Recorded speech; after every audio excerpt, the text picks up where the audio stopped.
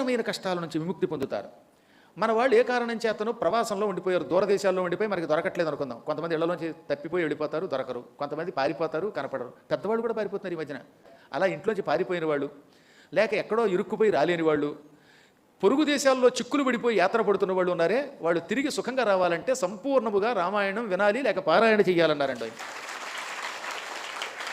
ఆ శ్లోకం చదువుతాను వినండి. సమాగమం ప్రవాశాంతే లభతే చేపి బాంధవైహి. రామాయణం శ్రద్ధగా వింటే ఎక్కడో ప్రవాసంలో, వేరే దేశాలలో, వేరే ప్రాంతాలలో చిక్కుకుపోయిన వాళ్ళు కూడా తిరిగి వస్తారు, హాయిగా కలుసుకుని సుఖంగా ఉంటామట. ఇంకా కోరికలు కూడా తీరుతాయి. ఈ రామాయణం ఇంట్లో చదివితే, లేక ఇంట్లో కనీసం పుస్తకం పెట్టుకుంటే ఎన్ని లాభాలో 115 శ్లోకంలో చెప్పారు. ఈ రామాయణ శ్రవణం వల్ల, పారాయణం వల్ల ఇంట్లో ఉన్న విఘ్నదేవతలు, వాస్తు దోషాలు తక్షణం నశించిపోతాయట. అవి కూడా సంతోషించి మనకి మేలు చేసి వెళ్ళిపోతాయట.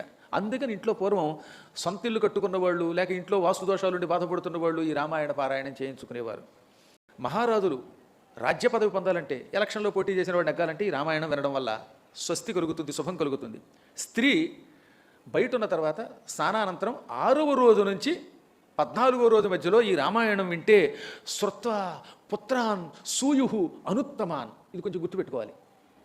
రజస్వలానంతరం అంటే బయట ఉన్న తరువాత ఈ రామాయణం వినాలి. వింటే సత్సంతానం కలుగుతుంది. ఎప్పుడు అని కొందరికి అనుమానం. 4వ రోజు అని కొందరు అన్నారు. ఉట్టి అబద్ధం. శాస్త్రం అలా చెప్పాలి. మంత్రశాస్త్రం ఏం చెప్పింది? స్నానానంతరం 6వ రోజు నుంచి 14వ రోజు మధ్యలో కనుక శ్రద్ధతో ఈ రామాయణమును విన్నా లేక చదివినా ఆ స్త్రీ ఉత్తమోత్తముడైన పుత్రుణ్ణి పొందుతుంది. వాడి మంచి కుర్రాడు కొలుగుతాట. తల్లి మాట వినేవాడు, తండ్రి మాట వినేవాడు, బాగా చదువుకునేవాడు, అటువంటి కొడుకు కలగడం మనకి లాభం తప్ప 10 సార్లు డింకీలు కొట్టి చదువు లేకుండా మోసం చేసేవాడు, వ్యసనాలు పాలైన కొడుకు వల్ల ఏం లాభం? కాబట్టి మంచి పిల్లవాడు కావాలంటే ఈ పని చేయాలి. ఒకవేళ చదవలేం, అప్పుడేం చేయమన్నారు? ఈ పుస్తకాన్ని ఇంట్లో పెట్టి పూజయంశ్చ పఠంశ్చేమం ఇతిహాసం పురాతనం సర్వపాపాత్ ప్రముచ్యేత దీర్ఘమాయురవాప్నుయాత్. చదివితే చాలా గొప్పదే. కనీసం చదవలేకపోయినా ఈ పురాతన గ్రంథాన్ని ఇంటిలో పెట్టుకుని పూజించినా చాలు.